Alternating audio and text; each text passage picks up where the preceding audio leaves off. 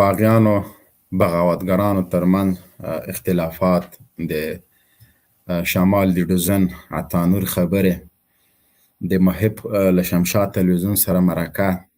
د تیرو انلاین پارلمان جمهوریت بلې نم خبر کوم زه د ملل متحد انلاین منشي مقرر شوی یم تاسو به خبر نه یاستئ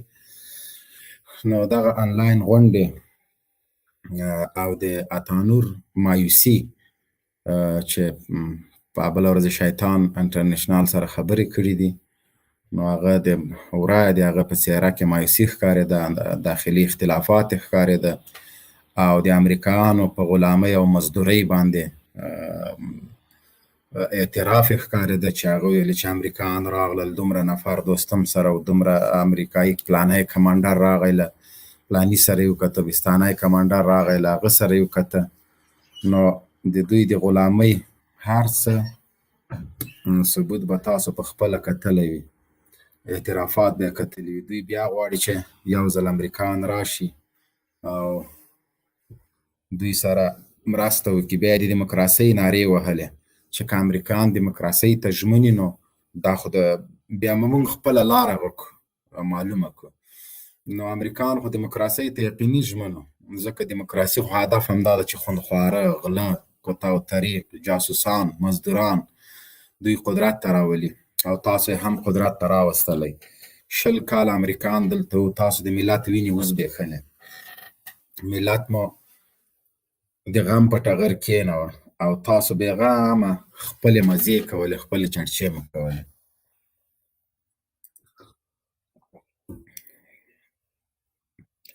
نو کله چې ملت ازادي واخیستله تاسو وتښتېدلی چالان موټر درنه په باډرونو کې پاتې سول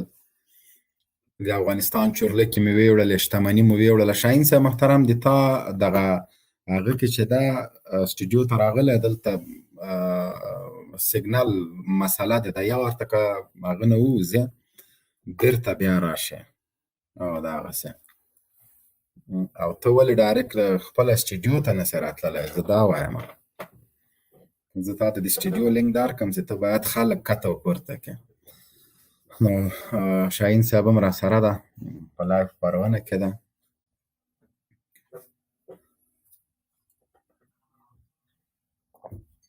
نو دغه خلک چې د مقاومت دویم په نامه باندې تاسو په مقاومت اول کې څه توره وکړه چې مقاومت دویم شروع کوئ تاسو په مقاومت اول کې څه شی وکړه خو مشرانو م امریکانو ته زارۍ کوله چې غټ غټ بمونه واچوئ راغللی د طالب په نامه باندې مو د افغانستان د ځوانانو د سپین ږیرو د ماشومانو جزر وویسته 20 کاله مو دلته د امریکا غلامي وکړه جاسوسي مو ورته وکړله بې غیرته خلکو امریکایانو دلته خلک وژل تاسو کوردینات ورکول تاسو یې پیاده عسکر وئ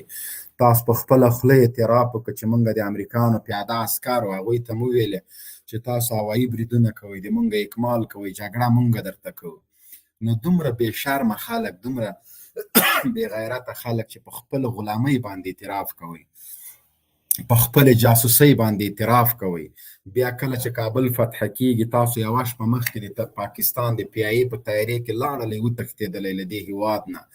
جاسوسان مو موږ ته ویلې د پاکستان په نامه او د پنجاب په نامه جګړه مو له طالب سره کوله آخر را جګ سولی په خپله لاړلی هلته جیچکیو ته ورغللی بیا له هغه جې لاړی عراق ته دلته مو مذهبي جګړې دلته مو قومي جګړې دلته د قدرت جزیرې دا هر څه بدبختۍ تاسو دلته پرېښودلې نن هماغه عطانور جګیږي په خپله غیر ارادي اعترافات ترې نه کېږي او وایي چې موږ د امریکایانو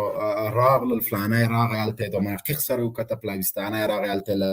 خلیلي سره وکته او فلانی راغی ما سره یې وکته ډالر یې راکړه پیسې یې راکړلې هغوی ته موږ ویل چې هوایي جنګ وکړئ